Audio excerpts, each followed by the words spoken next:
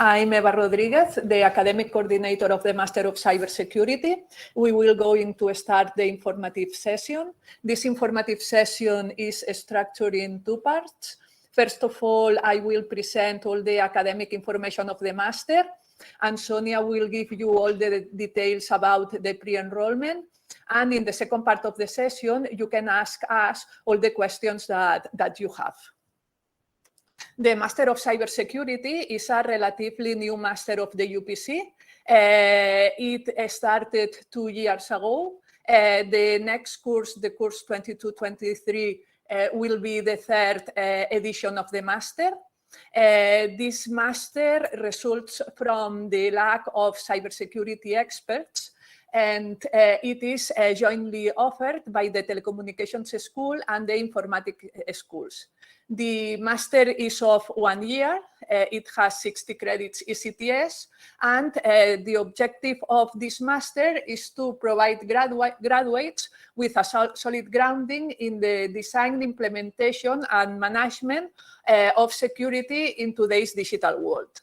The idea of the master is that it will be very applied and it will have a professional orientation, giving fundamental skills in the analysis of system risk and vulnerabilities, prevention of cyber attacks and threats, detection and efficient response to cyber attacks, and design of security and privacy architectures. The master is organized in 2 semesters. In the first semester, you will do almost all the compulsory subjects and 1 electives. The compulsory subjects provide you the basis of cybersecurity, and then in the second semester, you will do the electives that have a more deep level. And you will also do the master thesis. The master thesis, you can do it in the university. During the master, you will know the different professors of the UPC that work in cybersecurity and their research groups. Or you can do the master thesis in an enterprise, or you can do the master thesis abroad. In case that you do the master thesis abroad in another university, research center, or enterprise, in this case, the master will be enlarged 1 more semester, because you have to do here the 2 first semesters to course all the subjects, and then you can do the master thesis abroad, but you need 1 more semester. Then, as I have said to you, we have designed the degree to be very practical and focused on professional skills. And when you... Sorry. Ay. Sorry. Sorry. Sí. Sorry that we have a problem with the screen. I will share the complete screen. A ver. Pantalla completa. Sí.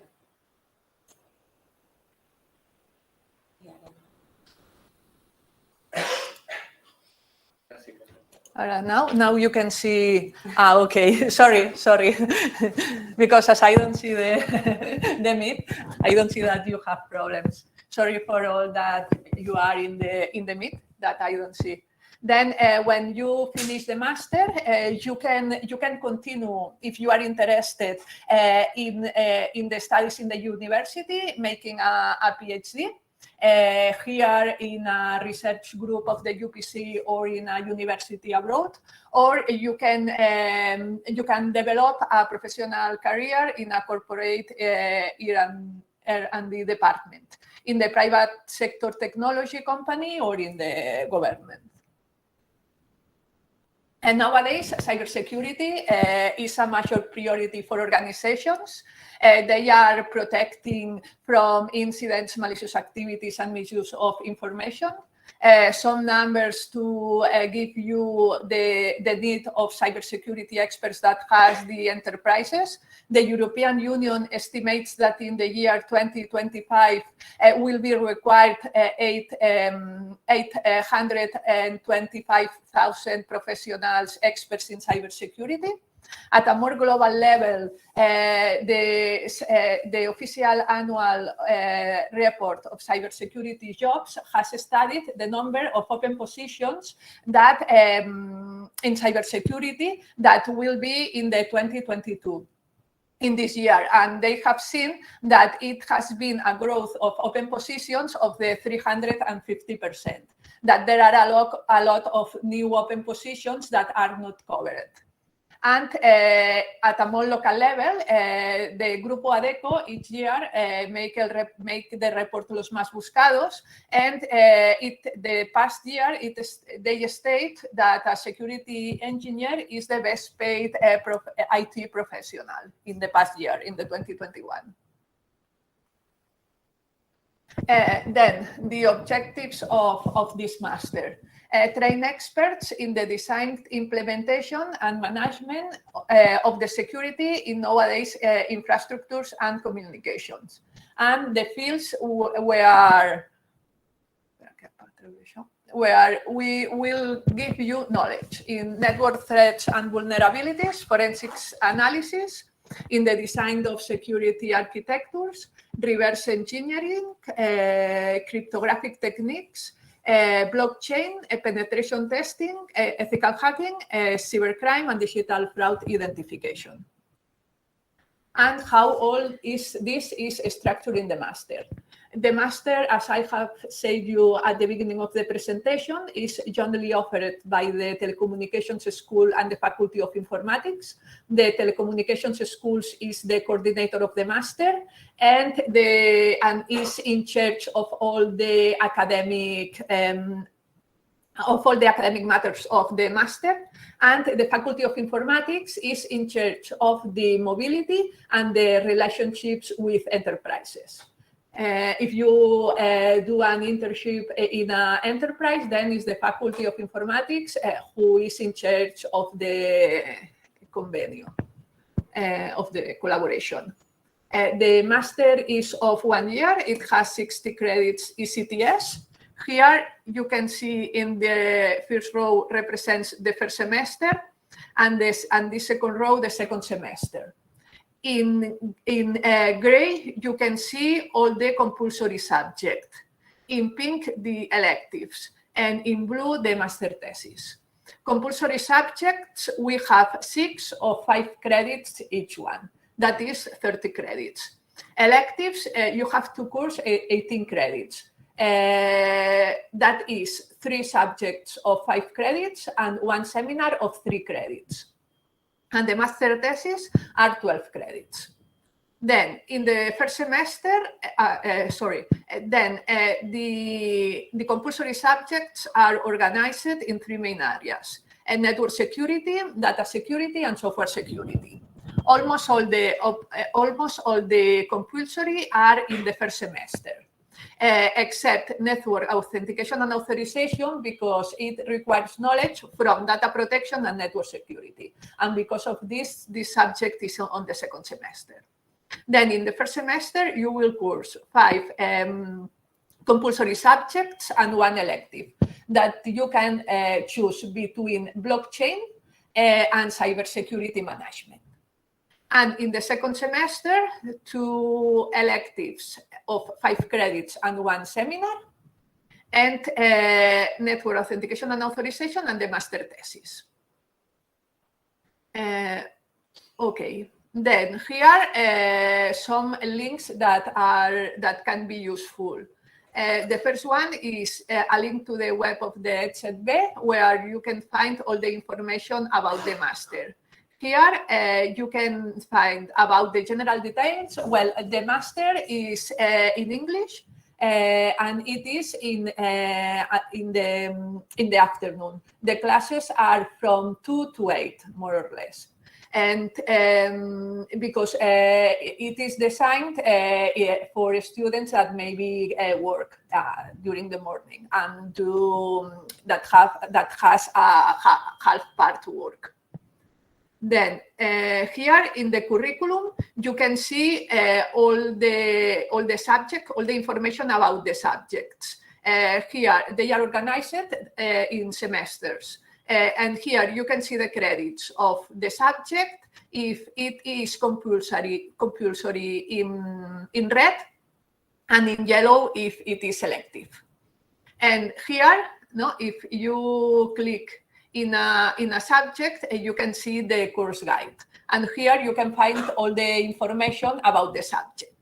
That is the learning objectives of the subject, prior skills, if they are required to know what are the requirements of the subject, and then all the time, the hours in a small group, a large group, and self-study, and the contents. No, in this case, the subject is malware, and then the contents are operating system concepts, malware categorization, techniques of infection propagation, obfuscation and malware steal techniques, and antivirus.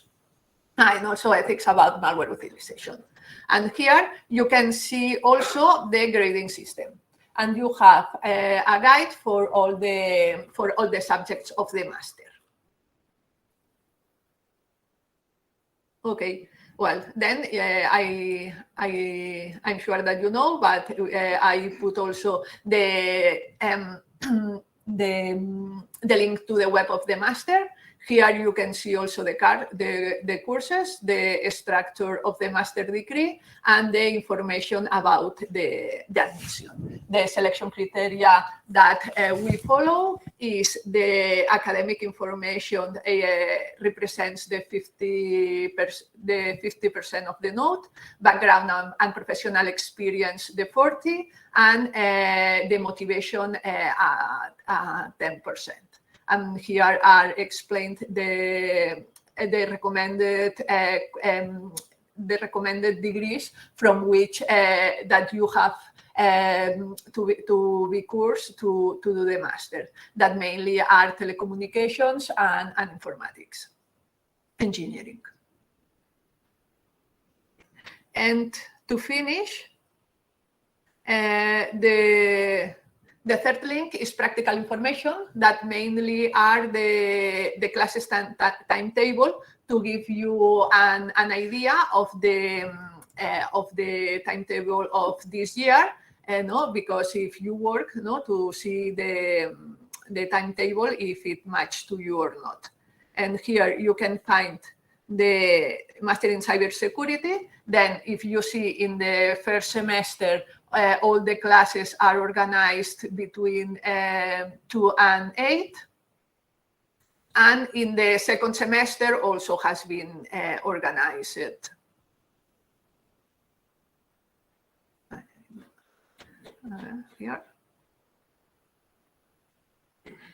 Here, in this case, we have all the classes between Monday and Thursday, and also between 2 and 8. And here, for the students that are not from the ECTB, in the Course Actual, you can find also all the information about the examination period and of the academic calendar.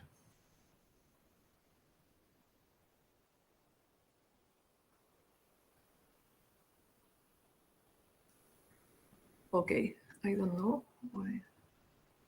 Okay, here. Okay. Then now I will give you a brief description of the different compulsory subjects of the master. In the data security area, we have 2 subjects that are data protection and network authentication and authorization.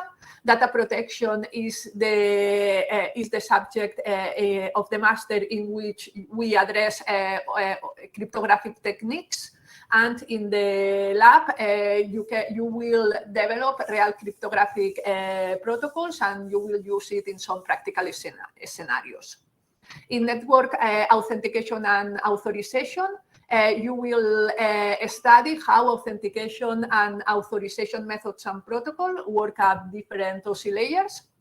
And you will identify potential threats and know the best practices and countermeasures. In the infrastructure area, we have two subjects that are network security, that will give you the basic knowledge for securing data communication networks. And we have network traffic monitoring and analysis. In these subjects, you will study how to analyze network traffic and how using deep learning and machine learning techniques you can be able to detect attacks. And you will also study the ethical, legal, and social implications associated with the monitoring of traffic and the existing regulations in data protection. And then in the software area, we have two subjects, one related with the development of secure applications, for example, using SecDevOps. And the second one is a malware, where you will detect, analyze, prevent, and give efficient solutions to malicious attacks in computers. You will also design and develop the typical stage of an infection. And finally, apart from implementing a firewall and antivirus, you will also have a session where you will implement a virus. Okay, now I'm going to present the electives of the master. The electives, there are of two different types. The first one are advanced cybersecurity subjects or seminars that has high technical depth and address current topics, as for example, blockchain, quantum cryptography, or 5G security.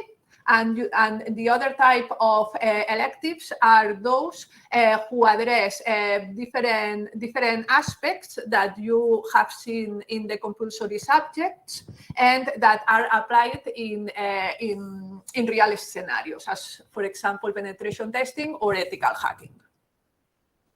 And here you can see all the topics that address the elective subjects. Yes, and here these topics are in these subjects. We have blockchain, securing 5G fixed network, secure communication in fiber optics, and data privacy. And then we also have cybersecurity use cases, which is addressed penetration testing and ethical hacking, and cybersecurity management, where different experts from different enterprise come to the school to give you some lectures explaining you what they do in the enterprise, and for example, they can make some simple scenario where you can make some practice. And the two seminars that we have are quantum computing and cryptography and hardware security in embedded systems. Okay, and the last thing is the master thesis. That you will do it in the second semester. It has 12 credits, and you can do it within a research group of the UPC. In the intranet of the EdZB, the teachers will propose you some topics for master thesis. If you are interested in doing it in a topic that is not proposed by any teacher, you can directly contact one of them or to me, and we will find a research group where you can do the master thesis in the topic that you are interested, or you can do it in an enterprise or in mobility. In this case, you have to take into account that the master will be enlarged one more semester. And finally, the professional opportunities that you will have when you finish the master, apart from making your PhD if you are interested in, are Chief Security Officer, Security Operations Center Specialist, a Security Analyst, Security Risk Specialist, a Digital Forensic Analyst, and Ethical Hacker.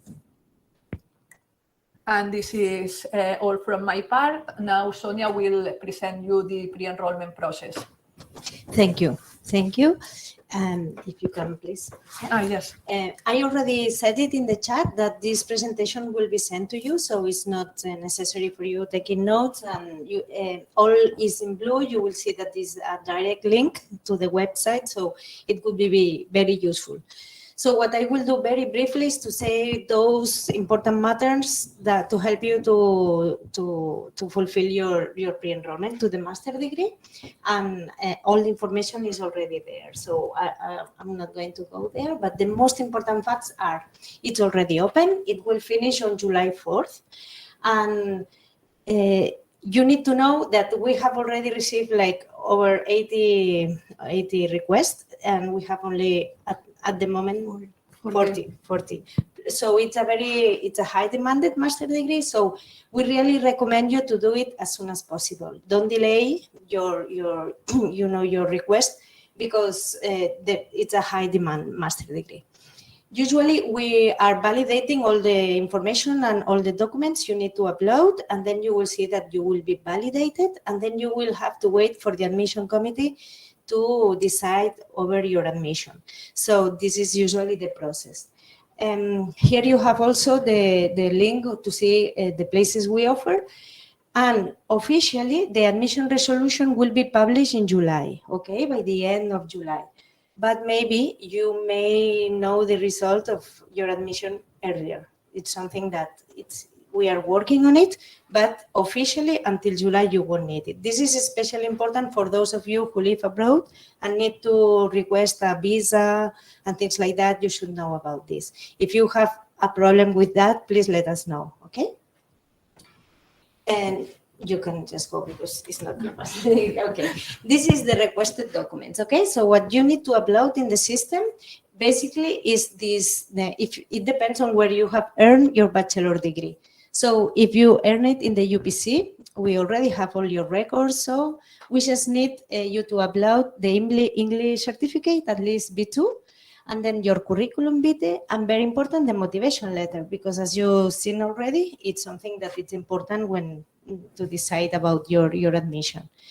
But if you have earned your bachelor degree not in the UPC, but in another public university in Spain, then you should upload the same documents, and plus we need the transcript of records and the diploma.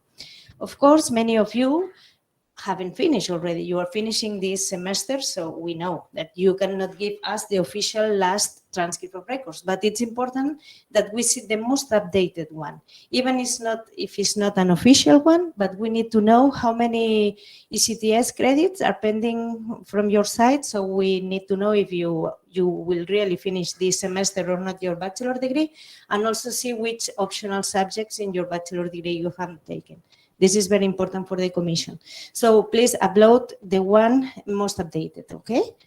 And then if you come from abroad, we will need everything as the other candidates. We need the English certificate, curriculum, and besides, we need legalized and translated. If it's not in English or in Spanish, we need to translate your transcript from record and your bachelor diploma. So those of you who are not in the European educational system, we also need the legalization of these documents. We know that this is a long process, sometimes 2 months and so you can at least now upload the transcript of record, the official one from your university, and the legalization, we can wait until September. But it's important for you to know that if you don't have these documents correctly legalized, you are not going to be able to enroll to the system in September, okay? Also, it's very useful to have like a link of the description of the subject so the admission committee can see what your bachelor degree is about. And that's the only documents we need, okay? For those of you who usually have scholarships here in the Ministerio de Educación, this is only for Spanish students or for those who have been working in Spain and have been paying taxes. So it's very important for you to know that they have changed. This is new from this year, and you only have like until 12th of May to request your scholarship this year.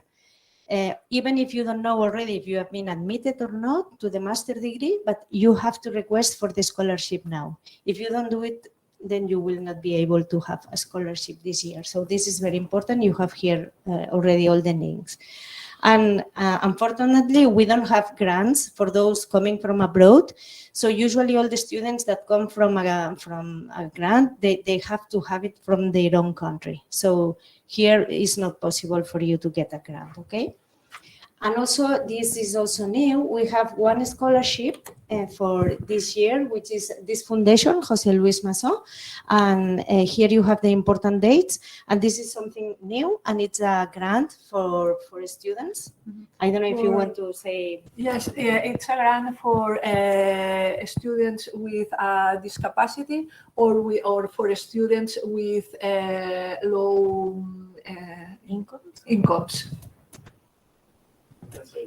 That is for students with a disability or for students. Yeah, what's this all about? What's this all about? What were you saying before students with disabilities? With disabilities, yes. This beca is it's a beca. Yes. It's an internship. It's an internship. Yes. That gives the Fundación José Luis Masó. Yes, and here you have the the things that you need to fulfill to have it. For those of you who are not in the room, maybe someone in the room have asked us about this scholarship. And as Eva was explaining to you, it's a new scholarship that you can get it from this year. And if you go to these links, you can see all the requirements. And it is especially for those with some disabilities or some low income. Yes. And I think they pay all the credits and they pay for all the master. They pay all the credits for the master. Okay. So from my part is also all I have to say. It's very simple, the process, but if you go for okay, the way to contact us, if you want to come personally, you have to ask for a prior appointment due to the COVID. So please, here you have the link. And also we are in the B3 building. So we are here. You can come to see us, asking prior appointment. You can either contact by email or by telephone. And also if you want to have more information about mobility or internship, you have the specific email accounts. So for all of you, now we are going to open the chat. So if you have any questions, please let us know through the chat, and Eva or I, we will help you out. Okay? Thank you. Thank you. Thank you, Sonia. Mm-hmm. Yes. Students as well as just the Spanish citizen. There is a question in the chat asking about I guess it is about the scholarship. The one we have already said. Can you put now? Yeah. We have read the requirements, and it says that you can either send the NIE or the ID. So I guess if you have a NIE, it's possible to fulfill for this scholarship. But if you have any questions, you better ask them because it's new. So I'm not sure about that. It's new from this year, and the resolution will be done by the Fundación José Luis Masó. Okay. I think the first provisional resolutions will be in September. You should know that the enrollment is usually 1 week prior to the master beginning of classes, and usually it's the first week of September. Is this master a good choice if I want to cryptography? From cryptography, you have one compulsory subject where it's addressed, but it's not a master focused on cryptography. It's focused on the different areas of cybersecurity. It not only addresses cryptography. Cryptography is addressed in one of the subjects.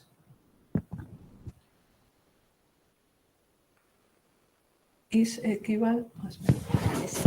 Well, some in the chat there is some questions about homologation, I guess. Yeah, sorry. No, homologation is not compulsory. And from those of you who come from the European system, we just need to have the transcript of record, official one, signed by your university. It's not necessarily legalization. I don't know if with this, Adrian, we have solved your request. I don't know. Coming back to the past question of Jesus Vico, that now I read it completely, for making a cryptography PhD, yes, it could be a good choice because we have experts in the master working in cryptography. Then you can do the PhD in cryptography in one of these research groups. Then it could be a good choice because you can integrate in a research group working in cryptography.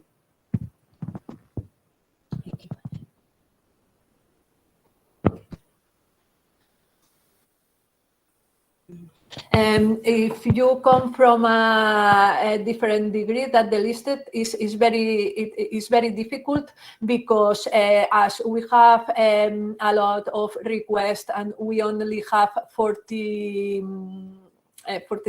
places, then almost all are for the students that have the recommended degree, telecommunications or informatics.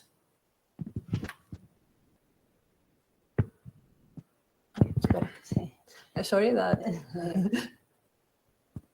Okay. Okay. Okay.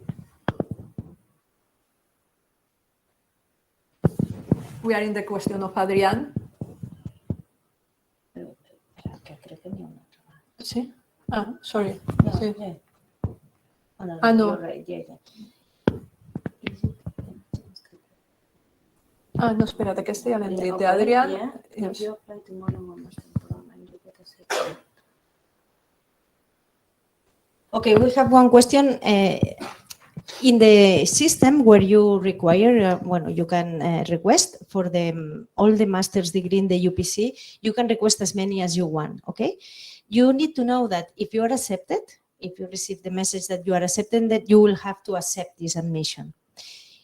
If you have requests for several master's degree, the first one you accept is the one that is going to be in the system, and then it won't be possible for you to accept other master's degree. So if you are not sure about which one you want to do, you better wait. Wait for all the admission resolution from all the master's degree and decide which one you want to enroll, okay?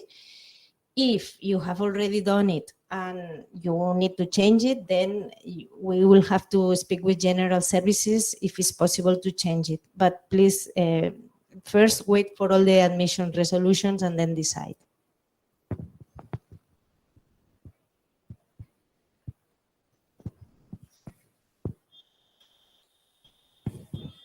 Okay, so here we have a calendar. So if you go to the website, there is a fact.